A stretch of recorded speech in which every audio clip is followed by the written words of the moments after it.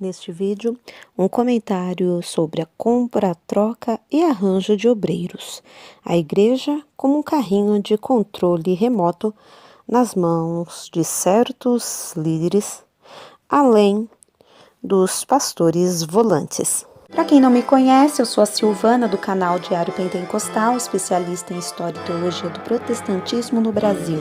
Se você ainda não é inscrito, se inscreve no canal, deixe seu curtir e compartilhe com seus amigos para que mais gente conheça o canal.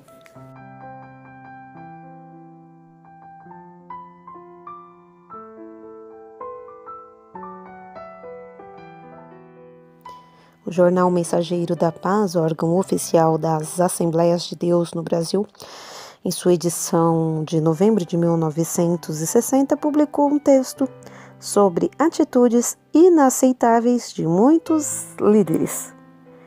Custa acreditar que este texto já tem 60 anos. Fica evidente que negociatas, práticas nicolaístas realmente não dá trela às igrejas. Ao anjo da igreja que está em Pérgamo escreve: assim tens o que seguem os ensinos dos nicolaítas. Apocalipse 2, 12 e 15.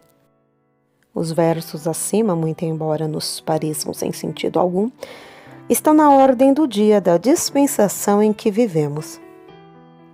Os povos do mundo estão se debatendo pela emancipação política, econômica e pelos direitos e liberdades a quem tem direito.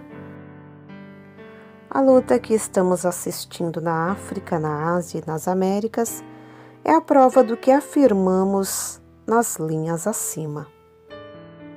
Quando lemos os acontecimentos passados da história, compreendemos que passou a época das colônias e dos colonizadores, pois essa ideia de submissão deixa humilhados e amordaçados e também sem direitos comuns os escravizados. E só acontece entre os povos não reconhecidos como de fóruns civilizados.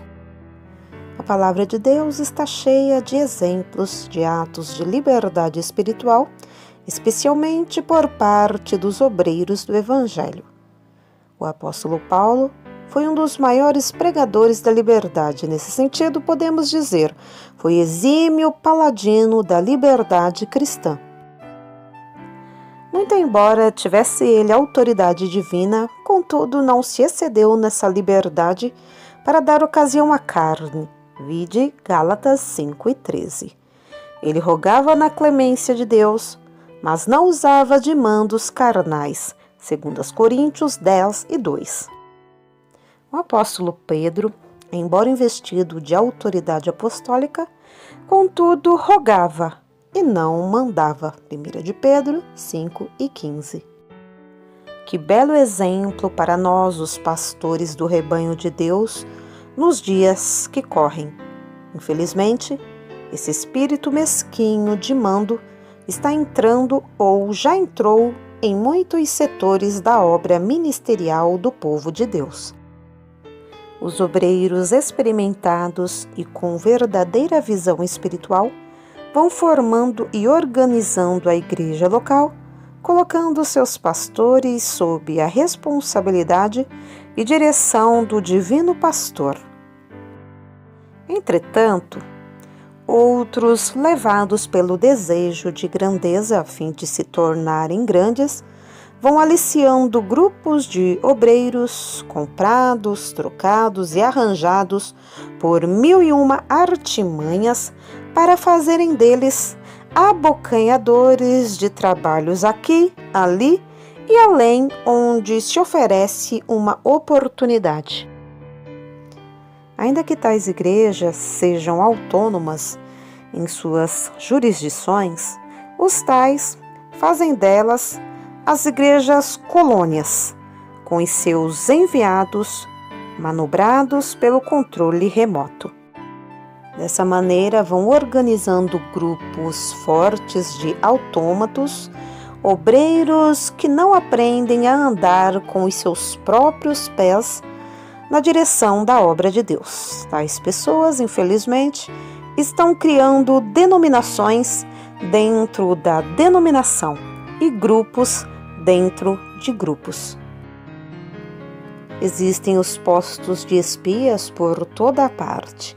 Há também os pastores volantes, isto é, aqueles que estão prontos para se mudarem em qualquer momento a favor de seu chefe. O que será isso? Negócios são feitos com atas anteriormente passadas e autenticadas. Os crentes de nosso Senhor Jesus Cristo são comprados como fazenda de porteiras fechadas. Bem está escrito na palavra de Deus: farão de vós negócios. 2 Pedro 2 e 3. Aqui Pedro está falando de obreiros dentro da igreja. Onde estão os homens de Deus para protestarem contra essa infâmia? Onde estão os líderes espirituais sob a direção do Espírito Santo para combaterem contra essa terrível doutrina do erro? Ah, Jesus vem aí! Quantos não vão gemer naquele terrível dia se não se arrependerem em tempo? Hoje em dia é difícil fazer-se mudança na direção de Deus, pois somente se poderão fazer através de boa negociata se o campo de onde o pastor deseja sair ficar em mãos dos chefes governadores de colônias e, infelizmente, tais pessoas não veem que estão fora do plano de Deus. Obreiros há que se ufanam. Tenho tantos pastores sob minhas ordens. Sim, tudo isso se faz para serem poderosos amortalhadores da consciência alheia, a fim de trabalharem pelo controle remoto muito usado em nossos dias. Deus não se agrada de tais coisas, mas hoje, mas amanhã, prestarão contas ao sumo pastor. Os nicolaítas foram os tais no passado que dominavam o povo de Deus, tirando-lhe a liberdade de direção e de consciência. Humilhemo-nos, pois, aos pés de Cristo. Roguemo-lhes a sua misericórdia antes que seja tarde demais, pois há um limite que não deve ser ultrapassado, e quando ultrapassado é, impossível voltar ao primeiro estado. A igreja local é bíblica e segundo a vontade de Deus. Que cada pastor esteja em seu lugar, segundo a unção do Senhor, tendo o seu rebanho, não se tornando pastor de pastores, para formar colônias. Que cada um esteja sob a direção de Deus. Amém. João de Oliveira, 1960.